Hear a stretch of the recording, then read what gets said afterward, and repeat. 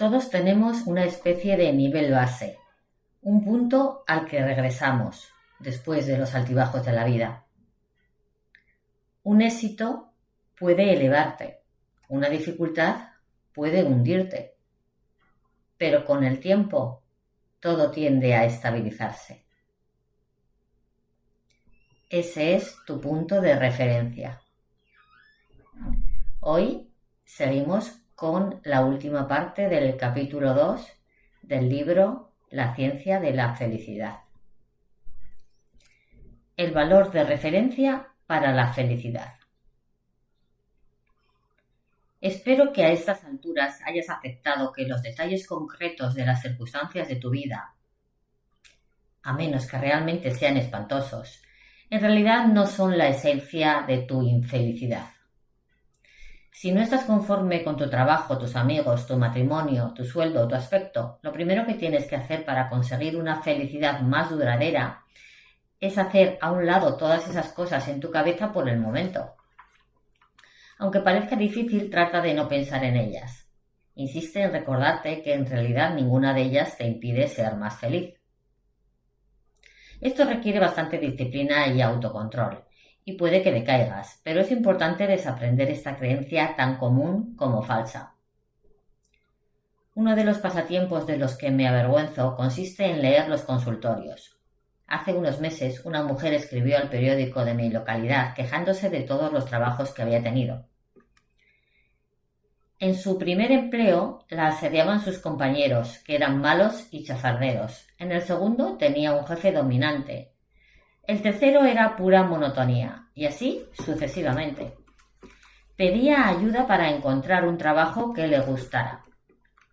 El prudente consejero daba a su carta una respuesta categórica. No se trata de los compañeros, ni del jefe, ni del tipo de trabajo, sino de lo que tú haces. Si la causa de tu infelicidad no son realmente tus circunstancias, entonces sin duda tienen que ser que has nacido así.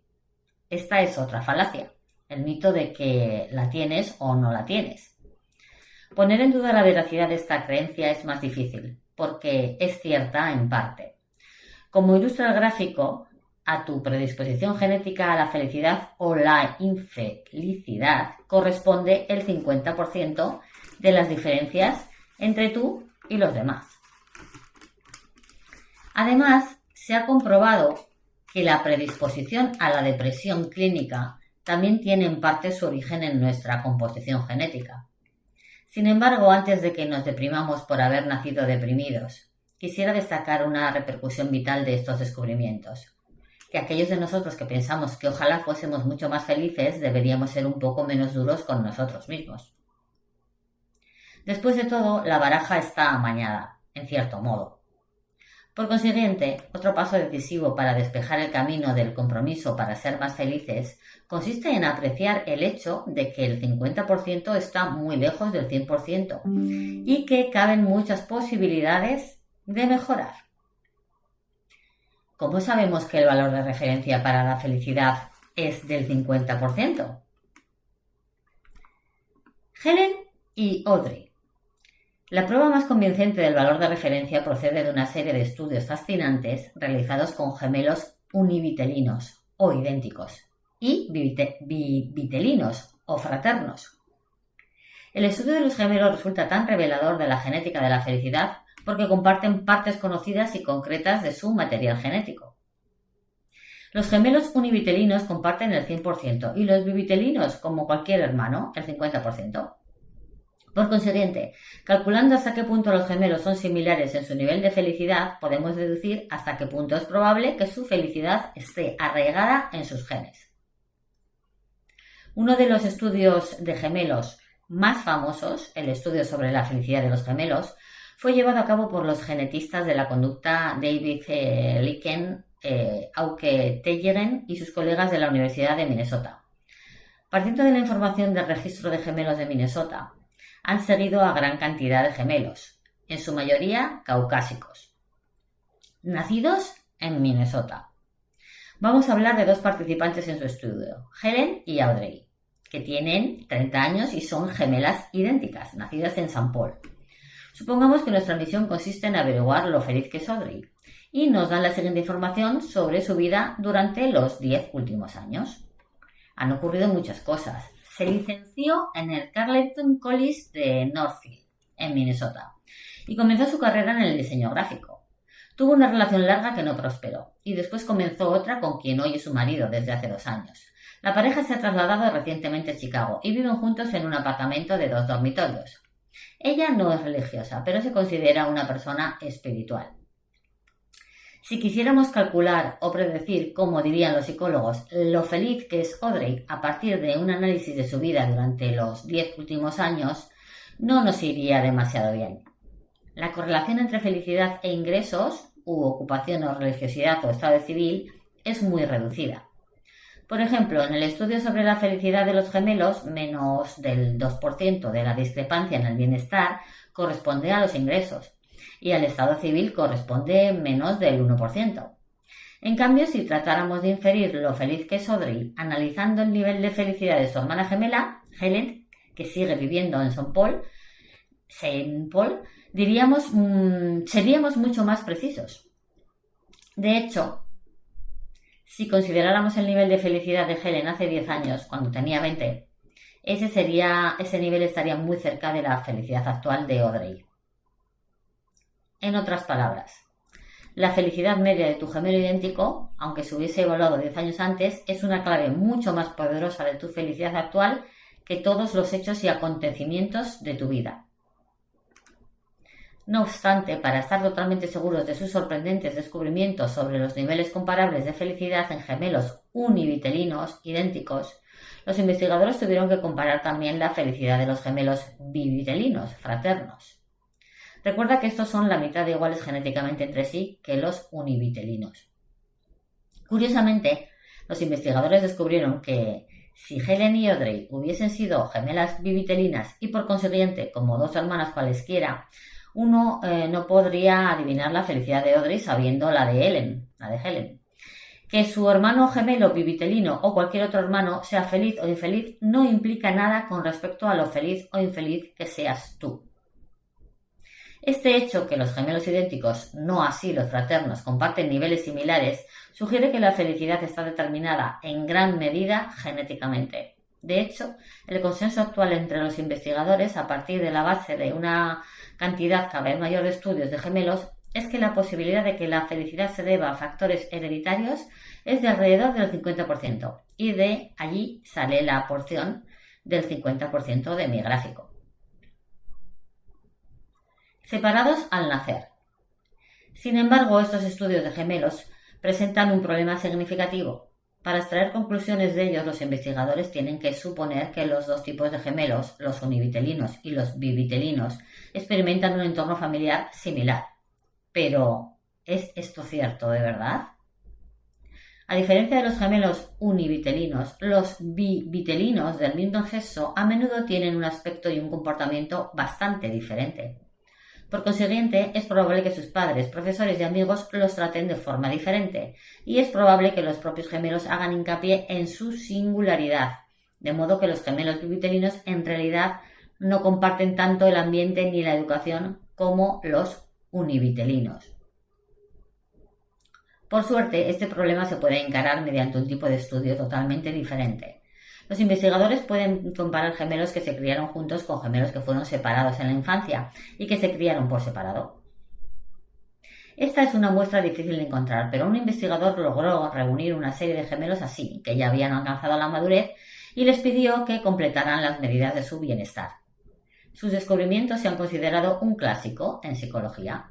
Los gemelos idénticos se parecían muchísimo entre sí en su puntuación de felicidad y, sorprendentemente, la similitud no se reducía aunque los gemelos se hubiesen criado por separado. Por consiguiente, cuanto más feliz fuese un gemelo idéntico, más feliz era el otro, tanto si habían crecido bajo el mismo techo como en lugares diferentes. Curiosamente, sin embargo, con independencia de que se hubiesen criado juntos o separados, los niveles de felicidad de los gemelos bivitelinos no guardaban ninguna correlación entre sí. Por consiguiente, como los demás hermanos, los gemelos bivitelinos no se parecen entre sí en su nivel medio de felicidad. Insisto en que estos descubrimientos son fascinantes y subrayan la conclusión de que la felicidad, en gran medida, está influida por factores genéticos y que cada uno de nosotros hereda un valor de referencia preprogramado. Sin embargo, la investigación también demuestra, sin duda, que mientras que el 50% de las diferencias entre nuestros niveles de felicidad está determinado por un valor de referencia y el 10%, no lo olvidemos, por las circunstancias, todavía nos queda todo un 40% que podemos modelar. Calculo que habré leído los datos sobre los gemelos una docena de veces, a pesar de lo cual me siguen sorprendiendo cada vez que los leo. Me imagino a dos bebés gemelos idénticos que han sido separados al nacer y han crecido hasta convertirse en adolescentes y después en hombres, con padres y hermanos diferentes, en casas, escuelas y ciudades distintas. Me imagino que se encuentran por primera vez cuando tienen 30 o 40 años y se quedan helados al ver lo parecidos que son. En el registro de gemelos de Minnesota están documentados muchos encuentros de este tipo y es probable que las historias sean conocidas porque han entrado en la conciencia nacional. El caso más famoso es el de dos varones, los dos llamados James, que se encontraron por primera vez cuando tenían 39 años. El día que se vieron, los dos medían unos 80 metros y pesaban exactamente 82 kilos. Los dos fumaban Salem, bebían cerveza Miller Lite y por lo general se mordían las uñas. Al hablar de sus historias personales surgieron algunas coincidencias increíbles. Los dos se habían casado con mujeres llamadas Linda, se habían divorciado y se habían vuelto a casar con mujeres llamadas Betty. A los dos James les gustaba dejar notas románticas a su esposa en distintos lugares de la casa, aunque es probable que las dos Lindas no la apreciaran demasiado. Sus primeros hijos varones también se llamaban James, uno James Alan y el otro James Allen, y ambos tenían un perro llamado Toy. Los dos James habían tenido un Chevrolet azul claro y habían ido en él hasta la misma playa de Florida para pasar las vacaciones con la familia. Apostaría lo que fuera que los dos eran igual de felices o de infelices. ¿Nos predestinan los genes a ser felices o infelices?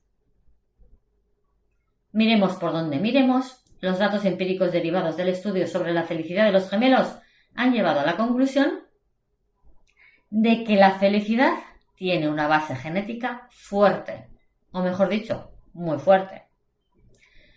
Parece que cada uno de nosotros nace con un valor de referencia para la felicidad, un potencial típico de felicidad para toda nuestra vida. La magnitud de tal valor de referencia puede surgir de la risueña rama materna de nuestra familia o de nuestra rama paterna depresiva, o más o menos por igual de los dos. Nunca lo sabremos. Lo esencial es que aunque los grandes cambios en nuestra vida, como una relación nueva o un accidente automovilístico, pueden aumentar o disminuir nuestro nivel de felicidad, tendemos a volver a este valor de referencia determinado genéticamente.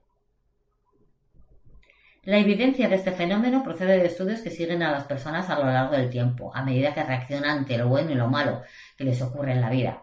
Por ejemplo, un estudio siguió la pista de ciudadanos australianos cada 2 años, entre 1981 y 1987, y comprobó que los acontecimientos positivos y negativos de su vida, tales como hice un montón de amigos, me casé, tuve problemas graves con mis hijos o me quedé sin trabajo, pues influían en su sensación de felicidad y satisfacción, como cabía esperar, pero que una vez que pasaban, la sensación volvía al nivel de referencia inicial.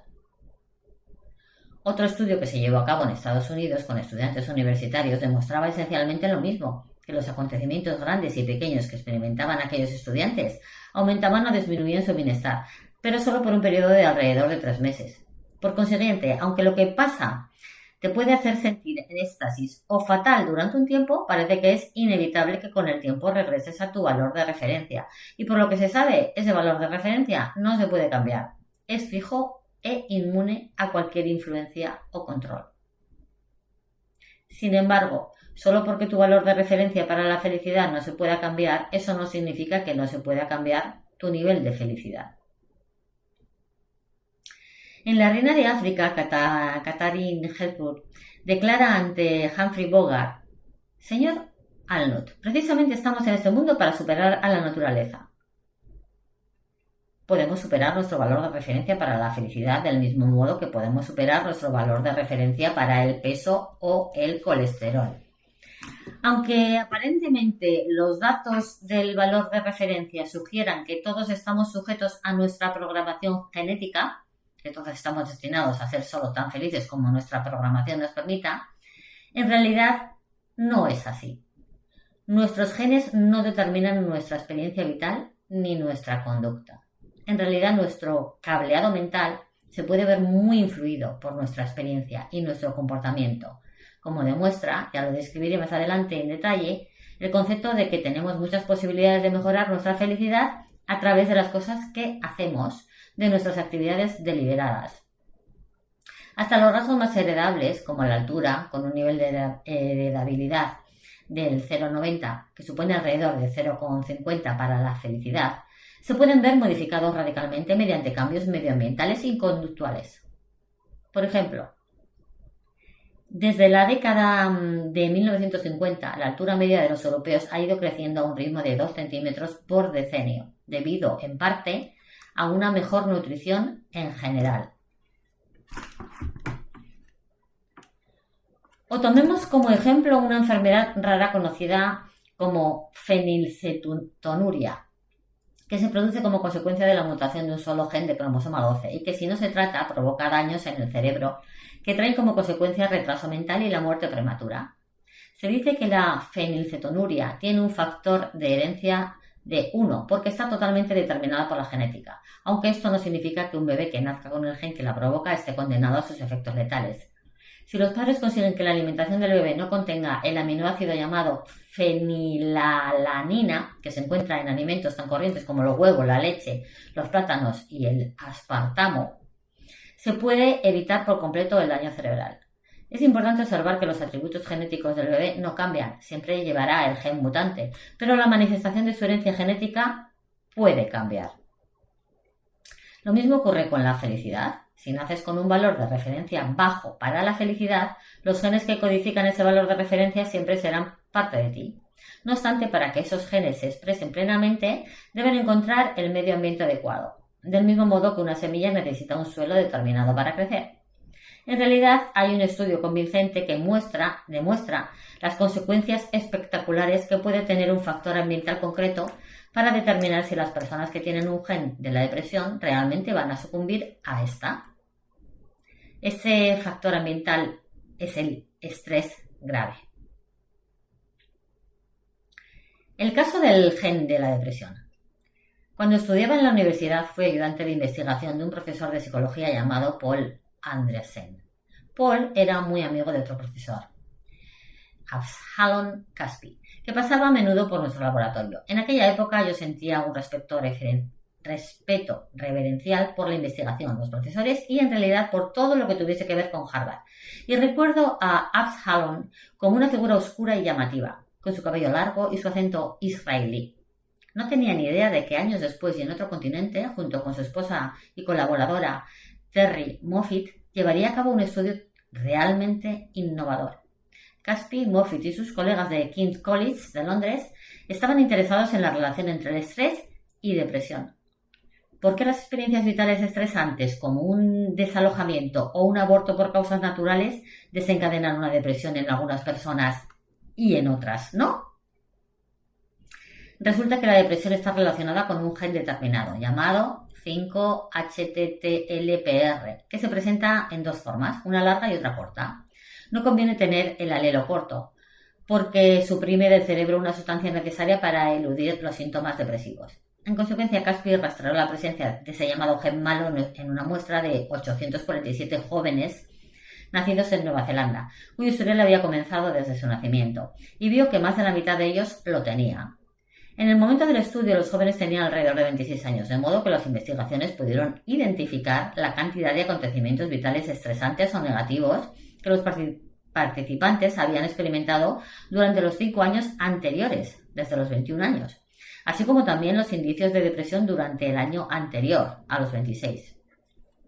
Una cuarta parte, el 26%, contó que había experimentado 3 o más acontecimientos adversos en su vida y el 17% había sufrido una depresión importante. Como es lógico, en general, cuanto más estrés y traumas hubiesen experimentado los neozelandeses en los 5 años anteriores, más probabilidades tenían de deprimirse. Lo decisivo, sin embargo, fue que la experiencia estresante solo provocó depresión en aquellos participantes que eran portadores del alelo corto o malo del gen 5-HTTLPR. Curiosamente, se encontró el mismo resultado para el estrés padecido en la infancia. Aquellos participantes que habían sufrido malos tratos entre los 3 y los 11 años tenían más probabilidades de deprimirse a los 26, pero una vez más, solo si eran portadores del fatídico alelo corto. Del modo que nuestros genes desempeñan un papel importante en la depresión, como así también en la felicidad, pero se tienen que manifestar o encender o apagar. Los hallazgos del estudio de Nueva Zelanda, que el comité de redacción de la revista Science votó como el segundo hallazgo más importante de aquel año, el primero trataba de los orígenes de la vida, sugieren que la variante del alelo corto del gen 5-HTTLPR es activada por un desencadenante medioambiental, el estrés. Asimismo, parece que el alelo largo bueno nos protege de reaccionar ante una experiencia estresante sintiéndonos deprimidos, es decir, que nos hace fuertes. Por consiguiente, el hecho de que muchos de nosotros portemos los genes para una vulnerabilidad en particular, ya sea la fenilcetonuria, la enfermedad cardiovascular, la depresión o la felicidad, no significa que vayamos a expresar tal vulnerabilidad en nuestra vida. Si los neozelandeses que tenían el alelo corto malo del gen 5-HTTLPR eran capaces de evitar situaciones muy estresantes o de buscar un psicoterapeuta o un confidente que los apoyara cuando preveían el estrés, es posible que su propensión genética a la depresión no se desencadenase nunca. Asimismo, nuevas investigaciones han demostrado que los individuos que tienen la desgracia de tener el gen malo, pero que tienen la suerte de tener un ambiente familiar que los apoya o varias experiencias vitales positivas en su vida presente, no se deprimen. Por consiguiente, para expresarse o no, los genes necesitan un ambiente determinado. Por ejemplo, un matrimonio feliz o un despido laboral. O un comportamiento determinado, por ejemplo, la búsqueda de apoyo social. Esto significa que, independientemente de tu predisposición genética, que tal predisposición se manifieste o no, depende de ti. Lo que nos pueden enseñar los electrodos. Un mejor conocimiento del valor de referencia para la felicidad procede de que posiblemente sea el laboratorio más apasionante en el ámbito del bienestar. El de Richard Davidson en la Universidad de Wisconsin-Madison. Como los expertos en genética conductual, Davidson sostiene que cada uno de nosotros tiene un valor de referencia natural, que él define como el nivel de referencia de la actividad en la corteza prefrontal anterior del cerebro. En un descubrimiento fascinante, observó que las personas felices muestran mayor actividad de un lado del cerebro que del otro, y que las personas infelices muestran el patrón inverso. Davidson utiliza un procedimiento llamado electroencefalografía para medir la actividad cerebral y descubre que las personas felices, las que sonríen más y se consideran entusiastas, despiertas y vitales, muestran una asimetría curiosa en su actividad cerebral. Tienen más actividad en la corteza prefrontal izquierda que en la derecha. Aunque ningún investigador diría que el lado izquierdo de la región frontal del cerebro es el centro de la felicidad, sin duda esta región se asocia con la emoción positiva.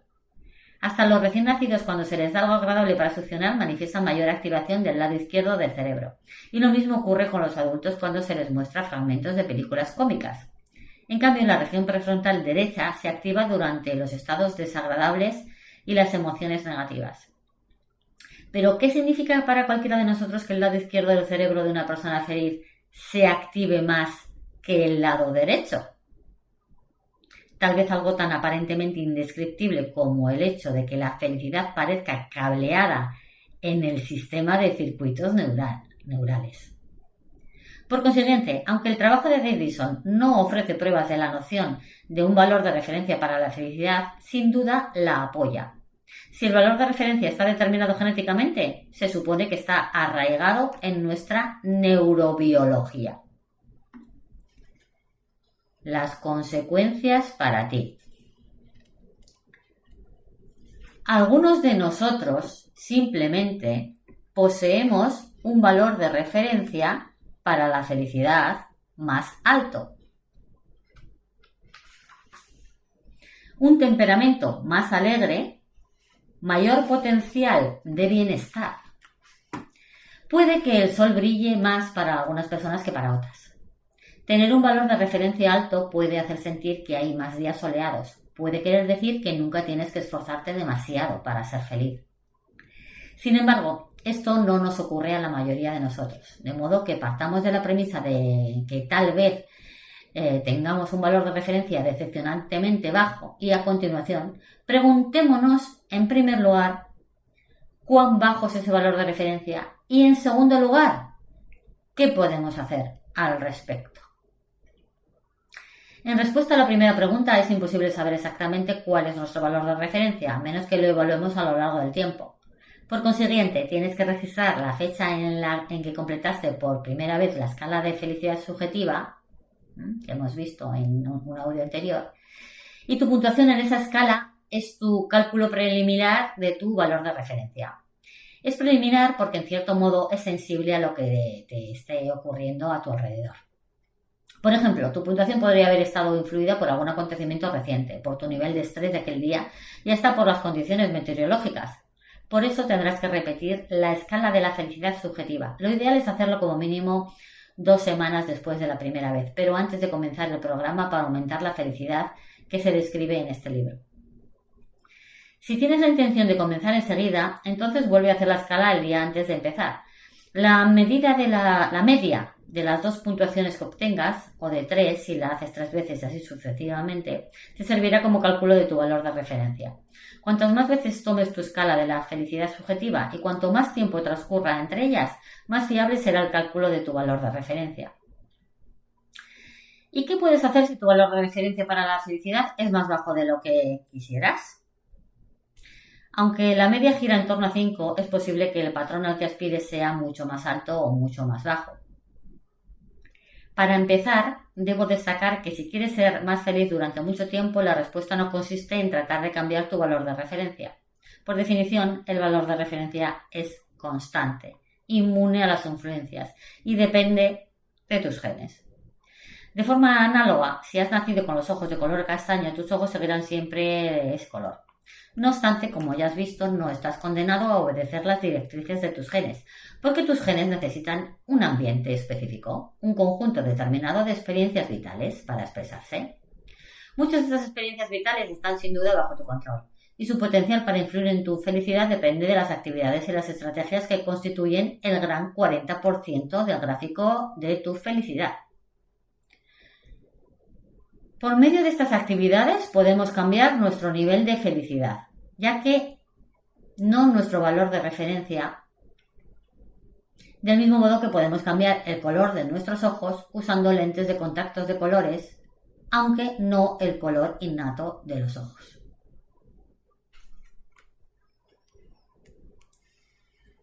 Último punto de este capítulo. La promesa de la actividad deliberada. La felicidad es una actividad, es una corriente, no un charco de agua estancada. John Mason Good. Muchos conocen la oración de la serenidad escrita por el filósofo alemán Niebuhr, que ha sido adoptada ampliamente para ser usada en programas de 12 pasos. Señor, concédeme serenidad para aceptar las cosas que no puedo cambiar, valor para cambiar las que sí puedo cambiar y sabiduría para distinguir las unas de las otras. Pero ¿cómo se distinguen las unas de las otras? Diría que es evidente a estas alturas en qué no consiste el secreto de la felicidad. La fuente de la felicidad no está en cambiar nuestro valor de referencia determinado genéticamente, que por definición es resistente a todo cambio, influencia o control.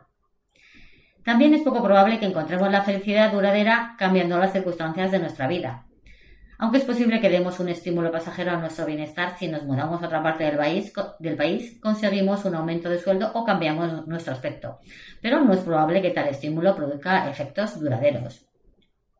El motivo fundamental, como ya he dicho, es que uno se adapta enseguida y rápidamente a los cambios circunstanciales positivos.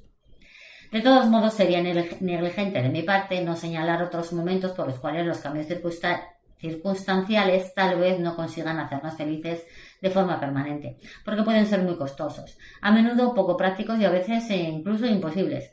¿Acaso todo el mundo dispone del dinero, los recursos o el tiempo necesarios para cambiar de situación vital, empleo, cónyuge y aspecto físico? De modo que, si el secreto de la felicidad no reside en incrementar nuestro valor de referencia ni en introducir cambios positivos en las circunstancias de nuestra vida, ¿qué nos queda? ¿Se puede conseguir más felicidad y mantenerla? Sin duda.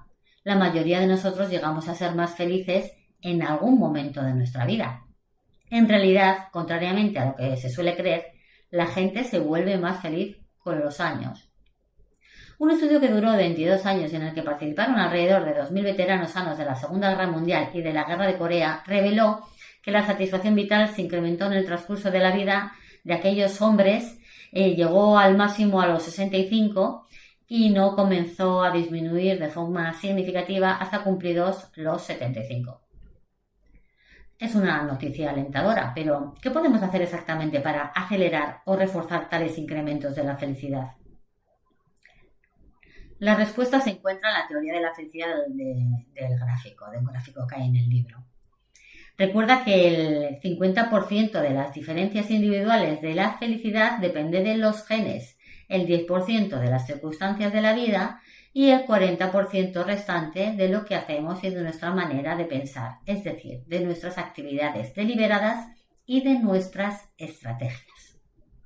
Por consiguiente, el secreto está en ese 40%. Si nos fijamos en las personas que son realmente felices, veremos que no se limitan a andar por ahí contentas y felices, sino que hacen algo. Tratan de aprender cosas nuevas, de lograr algo y controlan lo que piensan y lo que sienten. En síntesis, las actividades que realizamos con intención y con esfuerzo tienen consecuencias importantes en lo felices que somos, por encima de los efectos de nuestro valor de referencia y de las circunstancias en las que nos encontramos.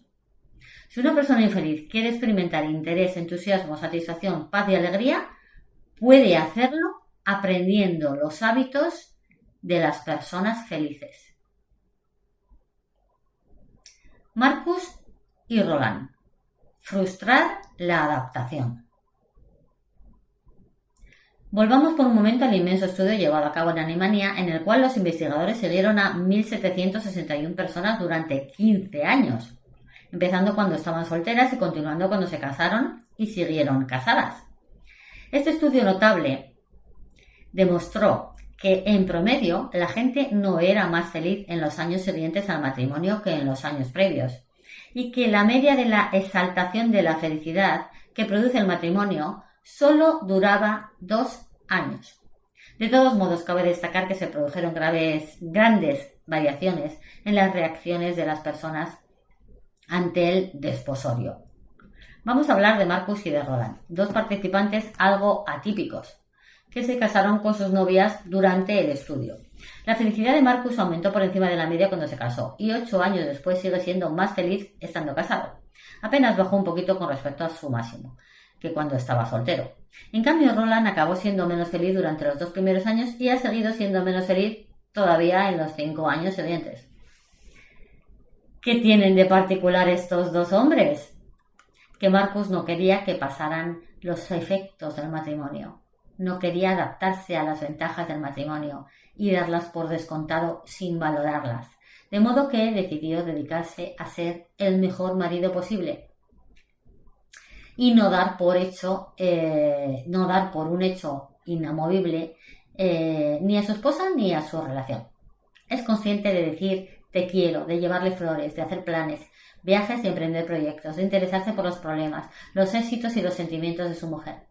En cambio, Roland se desilusionó al principio de que el matrimonio no estuviera a la altura de sus expectativas idealistas y desde entonces no se ha dado cuenta del lento pero constante deterioro de su relación. Lo que nos enseñan Marcus y Roland es que, si bien es cierto que tendemos a adaptarnos a los cambios positivos que se producen en nuestra vida, está en nuestra mano hacer el esfuerzo de tratar de inhibir o lentificar el proceso de adaptación.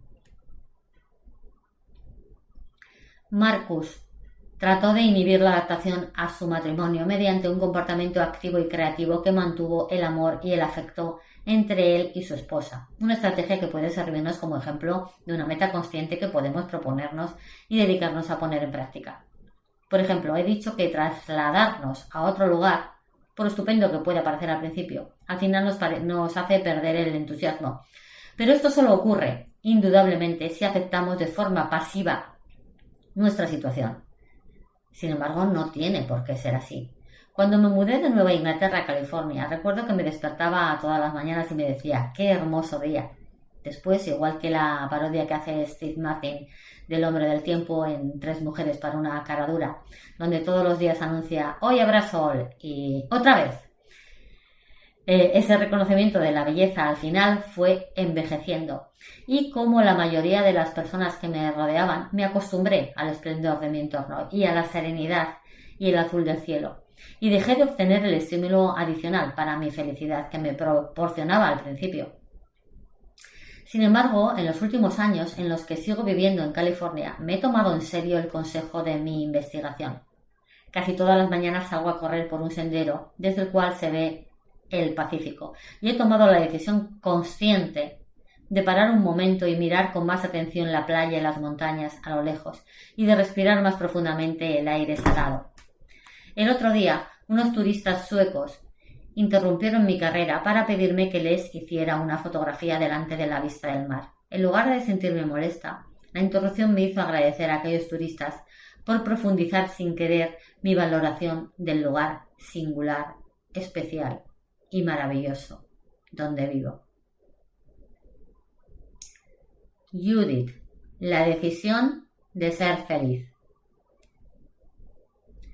Judith nació y creció en Indiana, pero hace más de 30 años que vive en Alberta, Canadá. La entrevisté fuera de su casa, en uno de sus restaurantes favoritos del barrio. Tiene 60 años, se divorció una vez y tiene una hija grande. Hubo un tiempo en el que Judith era profundamente infeliz. Creció en una familia mal avenida donde abusaban de ella. Su madre le pegaba con cualquier objeto que tuviera a su alcance, una palmeta, un cepillo para el pelo, y no paraba hasta que lo rompía. De adulta, Judith era el ejemplo perfecto del triángulo tóxico: comida, alcohol y depresión, que Susan Nolen Hoeksema describe en su libro Eating, Drinking and Overthinking. Tenía problemas de sobrepeso, era alcohólica, padecía de depresión clínica y se sentía insegura. En la actualidad, Judith reconoce que es una persona increíblemente infeliz. Tiene un trabajo que le gusta, se ofrece mucho como voluntaria y ha acogido a un niño de 14 años. Decidió volver a la universidad a los 52. Tiene vida espiritual y es indulgente con los demás y se complace de su pobre madre. Elegí ser feliz, dice Judith. Aprendí simplemente a cambiar mi manera de pensar. Vaya concepto. En realidad es el ejemplo perfecto del valor de concentrarnos en el 40% de nuestra felicidad que está en nuestra mano controlar. Al principio me miraba en el espejo y me decía, «Hola, preciosa». Seguí diciéndomelo, hasta que dejé de reírme a carcajadas cada vez que lo decía. Esto puede parecer sencillo o una tontería, pero no lo es cuando una se considera fea y no vale nada. También me esforcé mucho, continuó Judith, para frenar los pensamientos negativos. Yo los llamaba los pensamientos malos, diciéndome mentalmente, basta, y después me decía, ahora estás bien. Es probable que Judith haya nacido con un valor de referencia para la felicidad bajo, y desde muy pronto en la vida tuvo que cargar con circunstancias difíciles y con experiencias perjudiciales. Todavía hay momentos duros. Hace poco se suicidó una amiga suya y a ella no le renovaron el contrato de trabajo. pero ha superado tanto sus circunstancias como su naturaleza, luchando por uno de esos objetivos que te transforman la vida: cambiar lo que pensaba acerca de sí misma y del mundo que la rodeaba, aumentar su autoestima y cultivar el pensamiento optimista, al tomar la decisión de ser feliz. Conclusión. Los medios de comunicación nos hablan constantemente de la última estrategia que ha demostrado ser realmente eficaz para mejorar la salud y el bienestar. Estas estrategias van cambiando constantemente y es evidente que cada una es superada por la siguiente, de modo que cada declaración nueva resulta más difícil de creer. Si el nuevo tipo de yoga o de meditación o de técnica de terapia matrimonial fuera tan eficaz como sostienen los informes, todos lo estarían aplicando y aprovechando. ¿No es cierto? Pues no. Cualquier intento importante por cambiar nuestra vida debe ir acompañado por mucho esfuerzo sostenido. Y me atrevería a decir que la mayoría de las personas no pueden o no quieren dedicar ese tipo de esfuerzo. Además, todas las estrategias nuevas para mejorar la felicidad o la salud tienen algo en común, que cada una de ellas concede a la persona un objetivo específico, algo que hacer y algo que esperar. Como diré más adelante, tener objetivos propios se asocia intensamente con la felicidad y con la satisfacción en la vida. Por eso, cualquier estrategia nueva para la felicidad da resultado al menos durante un tiempo. En resumen, la fuente de la felicidad se puede encontrar en tu manera de comportarte, en lo que piensas y en los objetivos que te propones cada día de tu vida. No hay felicidad sin acción. Si cada vez que aceptas tu valor de referencia para la felicidad o tus circunstancias te acomete una sensación de pasividad y futilidad, has de saber que tienes a tu alcance una felicidad auténtica y duradera que se encuentra dentro del 40% del gráfico de la felicidad que tú tienes que guiar.